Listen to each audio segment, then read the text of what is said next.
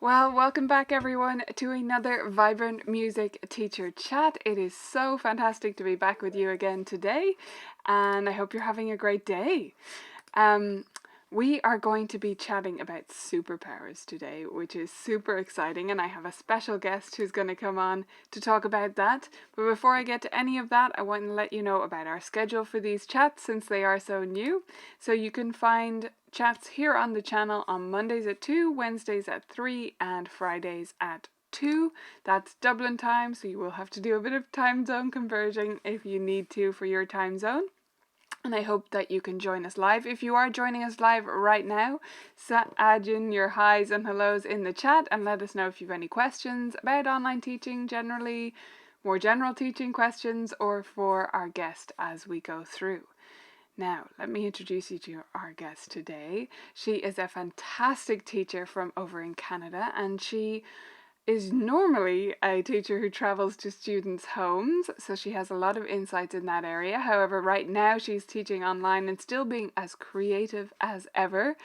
Welcome to the show, Rosemarie Penner. Hi, everyone. So Really great good to to be have you here, Rosemarie. How are things looking for you right now? How's every little thing? Pretty good. We've been online for about 8 weeks. We just found out that the kids are going to be finishing out the school year at home. So that means my studio will be finishing out at home as well. And yeah, we've just kind of adjusted. I was telling Nicola before we started, we're into a routine. So like laundry days, and actually we haven't done it this morning, but yeah, we have a morning meeting, and the kids are like, yes, and I have a meeting at this time and this time and this time. So we just have the list and try and stagger our online time. But yeah, it's good. That's fantastic. And how's your studio looking right now? Is everyone converted to online lessons? Yeah, Smoothly everyone's enough? converted to online, which is pretty awesome. And thankfully, I didn't lose any students. Here in Alberta, it's been a real mixed bag. So some teachers are doing really well, some teachers are not doing really well. I'm fortunate nobody has quit piano, which is nice. But I've been focusing on just making it a really amazing experience because I know we have a recession coming up. So Yep. it's got to be really strong right now, and that way registration will be good. So yeah. Yeah, and it's a tricky time of the year as well that we have to start thinking about, okay, people need to re-enroll for September during this extremely uncertain time. I think it's very smart to be cognizant of that. Yeah. Yeah, for sure. So how have you found the switch to online lessons, Rosemarie? I know maybe it was a little bit of a bigger move, maybe not, as a teacher who normally goes to students' houses, because now you're also in your home studio of some sort, setting up in online lessons. What was the biggest challenge, and what have you learned from this transition? I would say the first 2 weeks were really intense. Like I have not crammed like that since university in terms of trying to figure things out. So yeah, I was pretty tired the first 2 weeks. Thankfully, we already use technology in my studio. I can't bring all my resources, so I've had to use technology for a long time. And so we just started with what we knew. And then we also have a really big studio environment where mistakes are okay and tech issues, we're used to dealing with them. Mm-hmm. So I would say the two biggest challenges were honestly trying to let my clients think I had everything under control when I did not for those first 2 weeks. Yeah, I just was like, oh my goodness, what am I going to do? I have plans for the next 3 months and I don't want to give them up, but I have to figure out what I'm going to do. So, yeah, it was, like, don't look behind the curtain, Yeah, right. Wizard of Oz. The little feet going under the surface of the water, right? Yeah. And so normally I have really clear boundaries between work and personal. And for the first 2 weeks, it was a lot of like email and texts. At times I normally wouldn't. And one night I even ended up calling a client at 9 p.m. and saying, okay, let's just do this right now together and figure it out. This is going to be faster. And I would say the other one was just finding that balance between personal life and work life. Normally that's really strong, but yeah, it's a new norm for everyone, right? Hmm. And so all of a sudden I had to find alone time in a full house. And yeah, that was interesting, but Yeah. we're good now. Yeah, yeah. It all balances out over time. And, it's understandable if the first couple of weeks, yes, your work life balance probably got thrown out the window, but you gradually reset it over time, right? Yeah, well, setting up those routines as much as possible, I found was the best way to do it. That was actually what part of the stress was. What is the new routine going to be? Hmm. So that both for the studio and for our home life. And as soon as that was in place, actually everything else fell in place too. So now it's pretty easy. Yeah, yeah. Routines and systems are everything. Is there anything you found, Rosemary, from teaching online that's actually been better, more beneficial, or like just a little bit more easier for you from your perspective? Um, I would say my students are definitely checking. So I have shared Google folders because I knew that my students already had those through school. And so it was something that they were familiar with. That way, it was one less piece of technology they needed to use. I'm finding my students are contacting me more, which is good, and that they're checking those folders, which is nice. That, yeah, they're just a little bit more on top of things for the most part. Mm-hmm. Or sometimes I get a text, I know you told me to do this, but I'm so sorry. My teacher assigned work and it was only supposed to be 2 hours, but it's taking like 5. And I'm going, this is not your stress point in piano. Right. Like it's all good. Um, but we do have a recital this weekend, so I do need you to get this done. But I promise you after this, it'll be like Yeah. way easier. So that's been like the only thing is just in terms of getting things ready for the recital. That's the only hard deadline. Everything else, I'm like, it's all good. Yes, yes. Just chill on the deadlines and the pressure. It should be kind of a safe haven for them right now. I've found that a lot of the schools over here, several of my students from different schools have been mentioning that their teacher assigned them a musical assignment. Like they had to learn something on an instrument or they had to learn a new song or something. Not that everyone plays an instrument, there are obviously alternate assignments, but they've just been double using their piano in their school time, which has been great because it's like, well, yeah, it is valid education. Let's feed that back in as part of your homeschooling. So, yeah, that's been fantastic for us. Yeah. So, We haven't had anything like that here, which is too bad. But yeah, it's interesting talking to the students and finding out what they're doing. So, yeah, it's but really interesting. And it's not every teacher, but, music doesn't often get included in schools over here. It's supposed to be on the core curriculum, but it's not really. And so it's been kind of nice that the teachers who are trying to come up with more fun and creative assignments and go a little bit easy on the kids, I guess, have been obviously incorporating music and art kind of assignments. Like one of my students even had to make a music instrument and she showed it to me. It was incredible. It was like, well, she called it a guitar. It was like ukulele size, made out of cardboard. It was so good. It was amazing. Not tuned or anything, but it was really cool. oh, very cool. Yeah. Um, oh, go ahead. Sorry, go ahead. No, no, I was just going to move on to this idea of superpowers, Rosemary. So I have been talking about teaching superpowers, as I call them, for quite a while. And on a recent webinar, you, inside the Top Music, you mentioned one of the things you've been trying to do in your online lessons is to keep things surprising for your students. And you mentioned that you were doing all these different things. So, can you give us some examples of what you're doing to keep things fresh and exciting in your online lessons? Sure. Well, I can give you some examples actually for like normal and then how I've transitioned them online if you want. Yeah. Okay. So in my studio, we typically have a studio focus for the year. So last year we went music around the world, and we went from continent to continent. This year it's been that we've been doing, what is it? Oh, traveling through time. So we started off in Baroque. And actually, we were in the Romantic era when we had to do the transition. And so for Music Lab, I had listened to a podcast about digital escape rooms.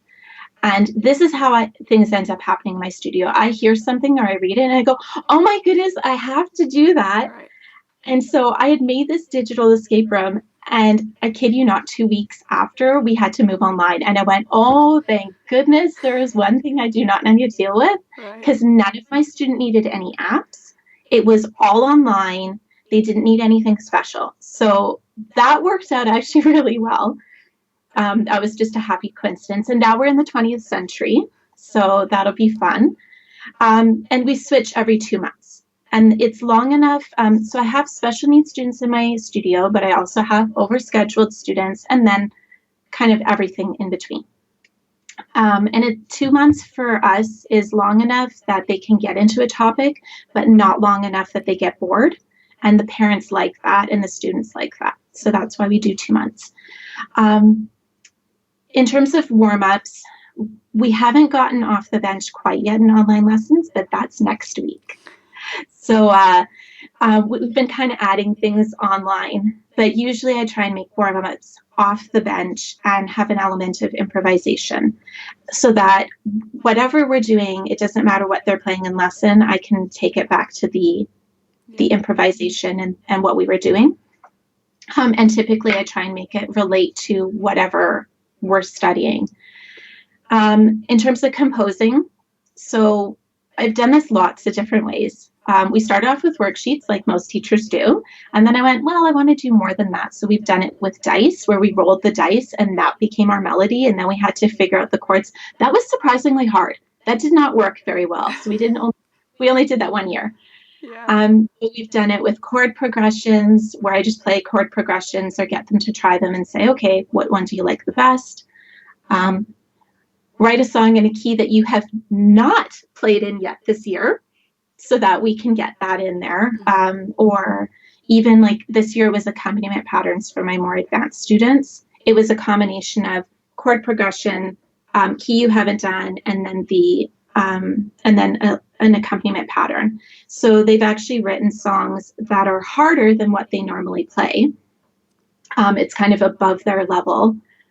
And we started that a week before we had to go online. We have done all the rest of it online, which I can tell you, composing really cool songs is possible online. Yeah. So yeah, that's pretty good. And then in terms of how we learn music, in any given year, students will learn music by ear, lead sheets, chord charts. And I would say the chord charts, actually, we figure out the chords or I tell them the chords and they write them on a Post-it. It's not even an official chord chart. It's just a little Post-it that they put on their piano. And then sometimes it's music that will add different chords to it. And then just your regular sheet music. Online, I have an overhead view. So actually this webcam normally would be facing down. That has been hugely instrumental. I've been teaching more rote because I had a few students that were just starting to read music when we had to go online. And I'm like, what am I going to do? I didn't have the songs ready. I had books, plenty of books, but I can't give them to them right now. So yeah, that's kind of what we've been doing. And then screen share has been a big thing as well. Yeah, we've done group lessons and those are always different. Like sometimes parents have shown up and their kids are drenched in sweat because we were like preparing for a recital and it's like, okay, 2 people play and then we're going to listen to this music and do the tempo and we're like jumping and it's rock music. So it's not like it's slow. Right. No. Right. Everybody's heart rate is up. So yeah, I don't know. It's always something different. I get bored easily. I'm assuming my students would get bored easily. So it's always something new and different. And just, it keeps me, well, as you can tell, I get really excited, which means that my students and my clients get excited. So, yeah, that's yeah. a really important part of it. If something is making you excited as a teacher, it's going to come through in how you teach it, and kids are going to jump on board with that. If it's a song that you've taught 1,000 times and you're thinking, oh my God, they're going to make the same mistake every other student has made with this piece, and that's in the back of your mind, no matter how much you try to sound enthusiastic, you're not going to. Yeah. Yeah. And yeah, I usually give my students choice in songs. So I'll say, here's like 3 songs. Go on YouTube, find them. If they try and tell me, well, I don't know if I could find them, I just say, these are in method books. I kid you not, there's at least 5 different channels that have all of these.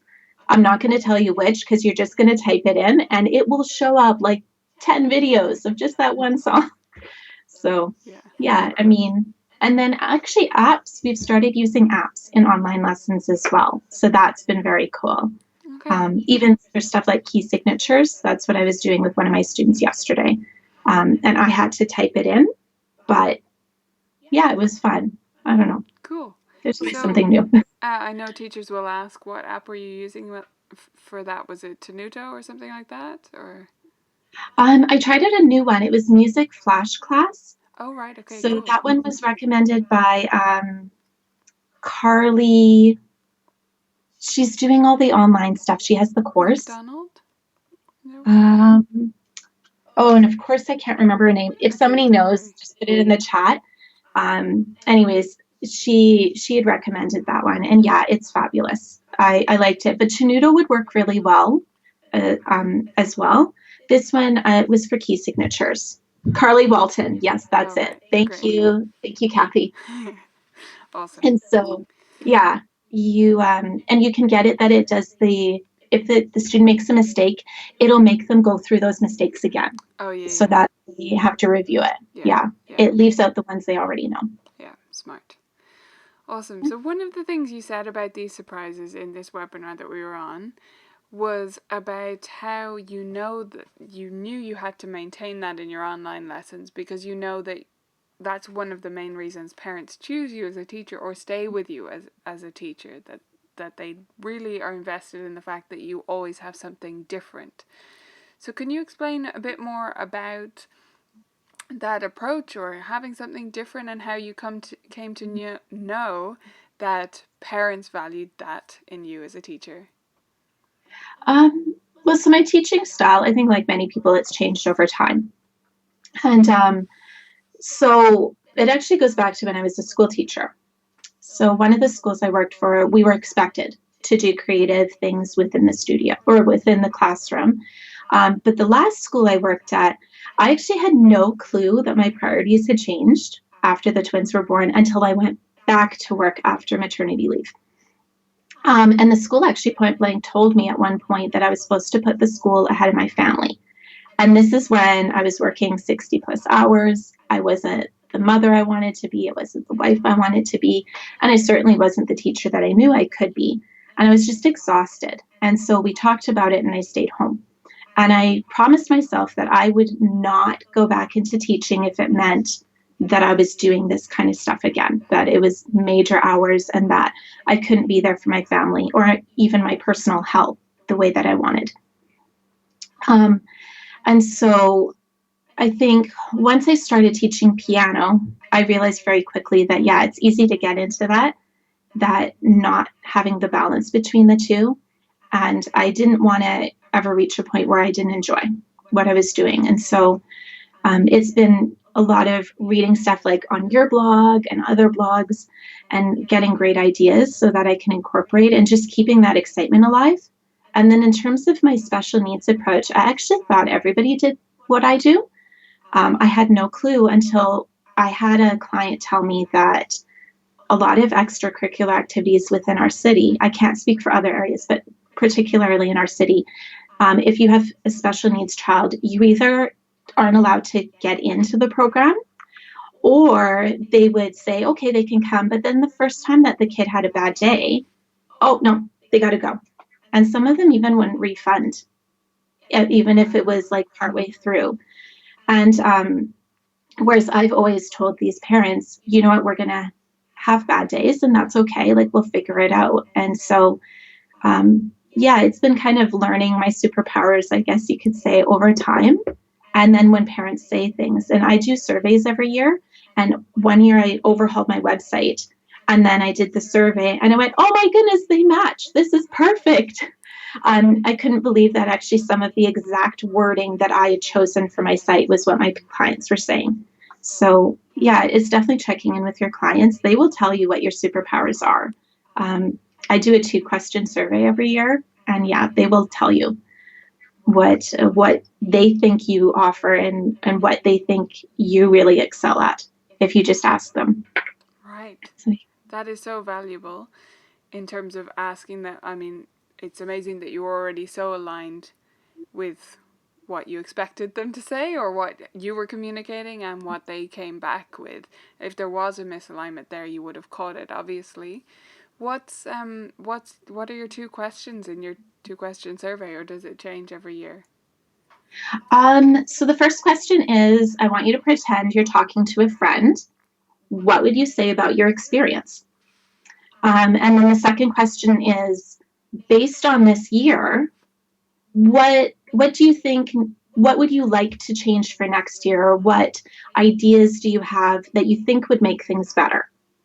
And so then that way I can get a really good sense of what their survey or what their experience is. I used to ask when you first started, what was your goal or what was your goal at the beginning of this year? But because I have so many clients year after year, I felt like this year they didn't need that question. And then at the end, I just have like a little checkbox. Yes, I'm okay with you using this online. No, I'm not okay. I'd rather keep this between us. Mm-hmm. And so then that way I know which clients I can use those testimonials online and which ones just would prefer not to. And generally they say yes, Yeah. they're fine with it. I just do like a first name, last initial kind of deal. Mm-hmm. Do you ever ask them for photos to go along with those, or not really? Do you keep it? So I actually have a photo and video release form that I get them to sign every year. And that's a separate form from my policies. And so it goes through all of it. And yeah, they can do yay or nay on that one. And then they just sign off. And if I have the permission, then throughout the year, I do pictures and videos. Like yesterday, I did a screen or I recorded part of our lesson. And then that's gone on our studio Facebook and Instagram. Yeah. Oh no, actually, I think it went on Facebook, just Facebook this time. But yeah, or sometimes they send pictures. Actually, now I'm getting pictures. So I have a cat video coming up, actually.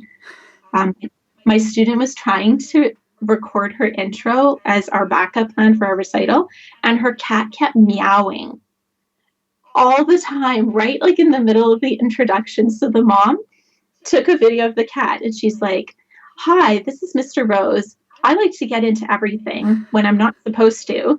Oh, but I'm going to leave." And of course, the cat didn't like being talked to. So it actually just turned around and left. And I could just hear my student laughing in the background, which is actually a really good thing.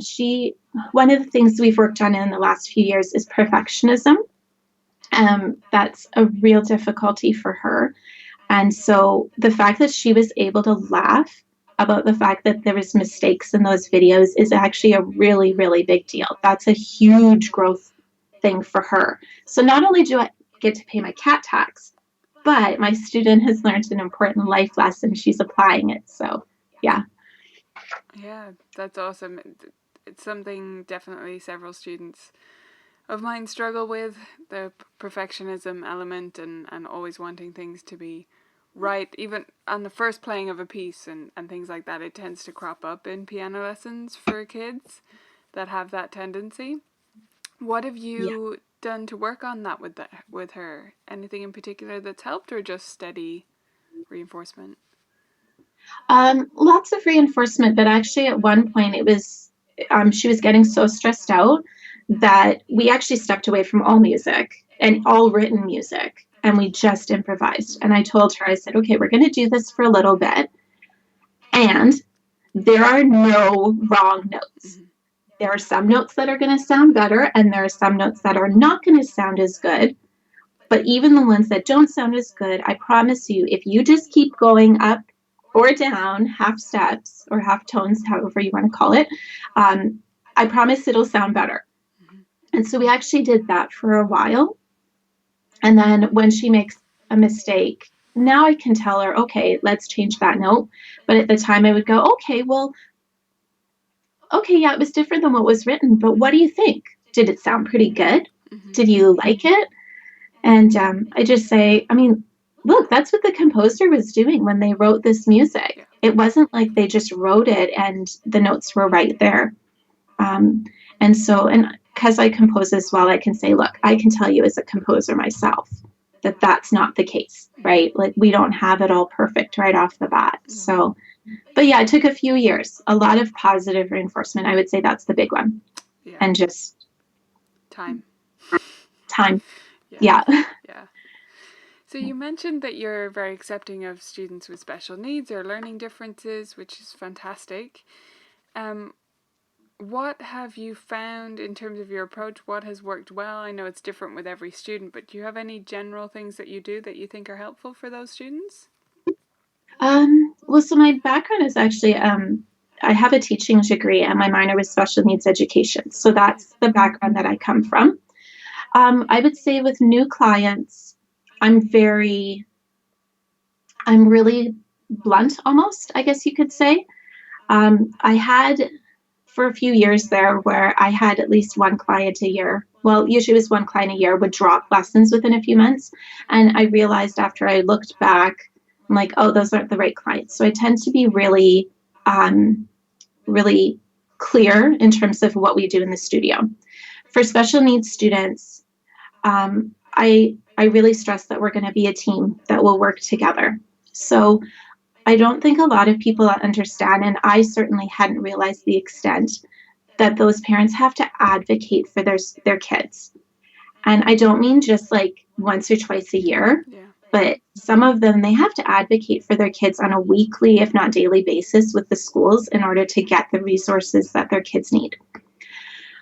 So one year I had a few moms actually, what was it, 2 or 3 moms during the registration process start crying, which does not sound good. Mm-hmm. Um, but I talked to them and I said, okay, so I know that we're going to at some point have a very bad lesson. Okay. Your child is going to melt down and it's not going to go well at all.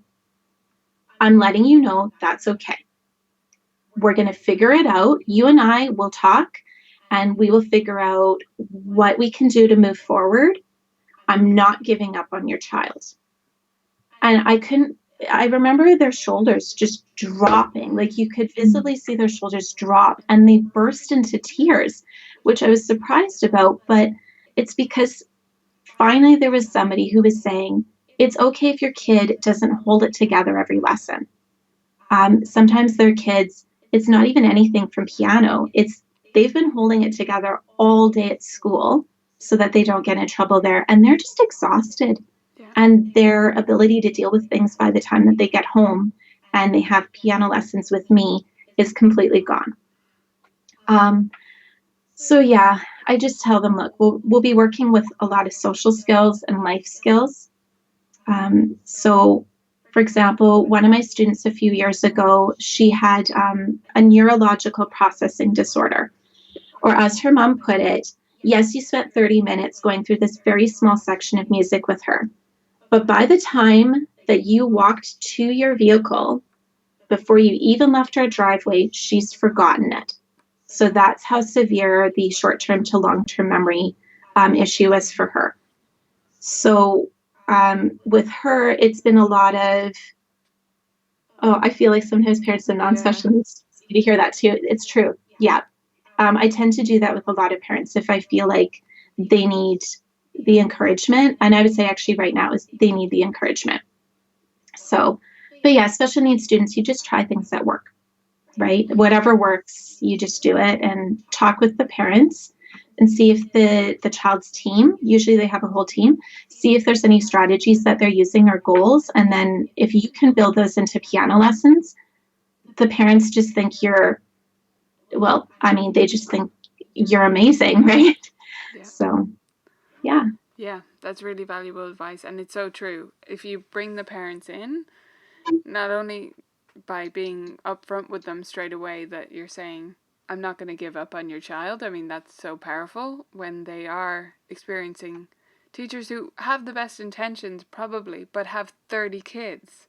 They are not one on one with a child all the time. So they do have to balance these various things. Whereas when you have this one-on-one teacher and they're saying, I'm just going to stick with it and it's okay if they have bad days and the pressure's off from you, I think that's absolutely beautiful. And Yeah. also incorporating the strategies that they're using. Often parents are the best source of information on what works. Does color coding things work? Does visual lesson plan guides work? So they will know the strategies that are working in other areas of their life. What have you found in terms of transitioning those students to online lessons then, Rosemarie? Because you mentioned you haven't lost any students, right? Or paused any students. So how No. have you found that transition, bringing them into online lessons? Is it more challenging? Have you found different strategies that work there?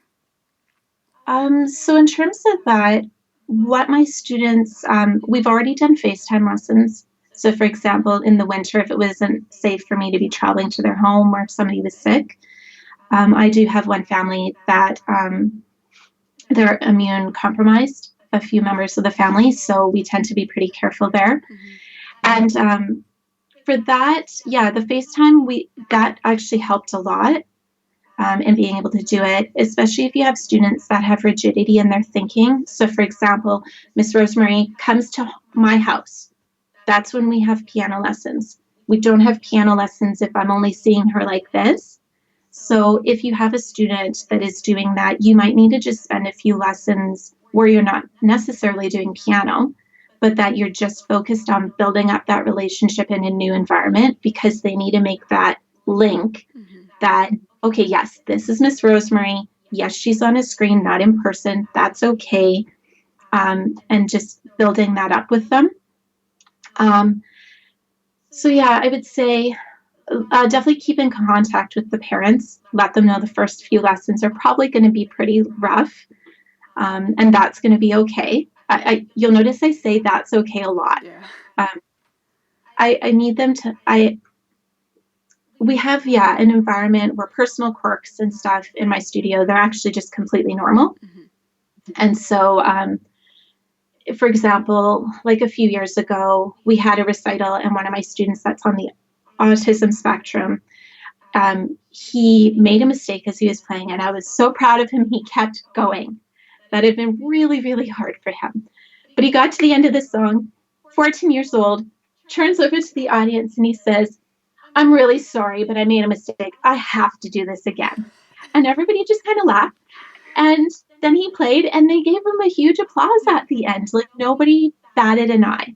In terms of online, I try and keep the same environment, right? That if I don't turn on my mic or whatever, and they have to let me know that, then I just say to them, I'm like, oh, well, look at that. Miss Rosemary forgot her mic. What? Mm-hmm. How silly was that? So, but yeah, in terms of tips, I would say communicate often and clearly with your parents. Let them know that there's no such thing as too many or silly questions. Again, especially parents of special needs students because they're advocating so much. I don't think that other organizations mean to do it, but it can be like, oh, it's you again. Like, we don't have the money, we don't have the resources to be doing just for your kid. So letting them know that, yes, you are there for them. It's okay if they ask 10 questions, even if you personally are kind of like, Mm-hmm. just sigh, answer the questions, just make it super easy for them, right? Because Yeah. they're going to appreciate it more than everybody else. Put lots of supports in place for the clients and your students. So, for example, tutorial videos are a really good option, especially if you're moving to a new platform where you have the video that shows them exactly step by step by step on their device. This is what they're going to do. And then just guiding them through the lesson as well. Create a new routine quickly. Yeah. I was talking about that earlier, that switch. So the more stressed out that a student is, the more behavioral problems you will see. In terms of that, if you can create a new routine as quick as possible, then that helps them make that transition that, okay, my piano lessons online, they are like this. Right. So for instance, maybe it might be a special greeting. I always make eye contact at the end and I say, I am so glad that I got to spend time with you today. And it doesn't matter what the lesson was like. If they had a complete and utter meltdown, it doesn't matter. I will still say that to them so that the child understands that I am not giving up on them, that I don't feel any differently about them. Again, because I know that they've experienced that. The older they are, the more times that they've experienced that, that people have changed the way that they feel or that they act towards them because they had a bad day. So that's really important to me that they understand that. Um, Take it slow, give them time to adjust. Like I said, you might have to spend a few days or a few lessons just guiding them. If they're completely rigid in their thinking, then tell them this is the schedule, and you could even do a visual schedule.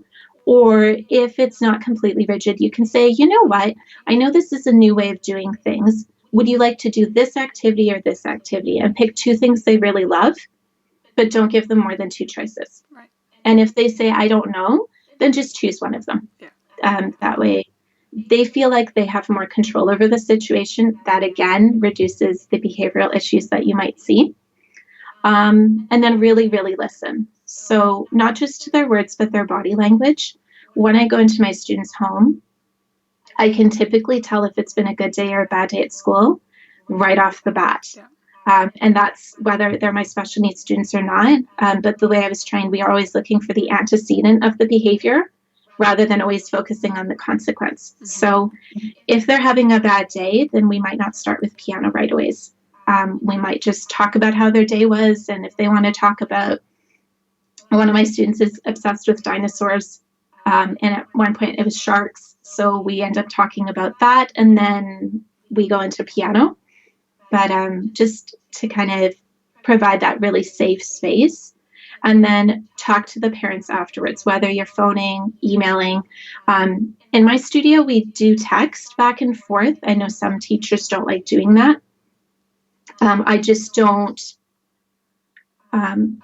answer texts right away necessarily if it's outside of my work hours. So I'm okay with it. But communicate with the parents. How did the lesson go? What was it like afterwards? Because what if the student held it together for you and then melted down afterwards? You need to know that. And then decide on what to do. And maybe you might say, okay, I know it says on the practice page, do these 5 things. Whatever you get done this week, that's what you do. Don't worry about everything else. And then just, stay positive, be that ray of sunshine. If you have to melt down, do it privately. But they need to know that there's this positive person in their life that is always going to have a smile on their face for them, that's always going to be happy to see them. And whether that's the parents or the students, it doesn't really matter. And I would say laugh often and invite the students to do that. So for example, one of my students, for his recital songs, he's doing these dinosaur songs. And his dynamics weren't quite right. So I pulled up the music and screen share. And it has dinosaurs in the music that are bigger or smaller, depending on what the dynamics. Yeah. I said, okay, so Brian the Brontosaurus, he went to the duck pond. I said, now, do you think he was really quiet? And my student goes, no. I said, hey, you don't think he was quiet? You don't think he was able to tiptoe around the duck pond? He goes, no. I said, do you think he scared the ducks? He goes, yeah, he probably made the ducks like, we had this good laugh about it. And I mean, the funny thing is when he went back to play it, then he was imagining this dinosaur trying to not scare the ducks and stuff, and his dynamics were spot on. But we had a really good laugh about it, right? And so, that's so I mean, so those are kind of my top 7 in terms of whether it's special needs students or not, but especially your special needs students. Yeah. That's such great advice, all of it. I love that you're keeping the laughter in your lessons, especially now. I think all our students really need that. We had a fantastic comment from Laurie, which I think sums it up really nicely. She said, actually, after listening to you, I feel okay if we don't do our regular lesson. I can be a source of support and love, and I still want you to be my piano teacher. So you remember Laurie. Hi, Laurie. I think we all want Rosemarie to be our piano teacher. Thank you so much for joining us and for sharing all of your insights today, Rosemarie. If you want Rosemarie to be your piano teacher, wish she had been when you were young, then make sure to hit the like button to let her know so she sees those fantastic thumbs up coming through. And yeah, just thank you so much for all of your insights today, Rosemarie. This has been absolutely fantastic. No worries. It was good being here. Yeah, awesome. So we will be back here, everyone, on Friday. We're going to be doing a solo show on Friday. I'm leaving it as a complete surprise this time, so you'll have to show up to see what happens in the spirit of Rosemarie. Surprises for everyone. And yeah, it's going to be a fun one. So until then, thank you so much for joining us, and we'll see you back here on Friday. Bye for now, everyone.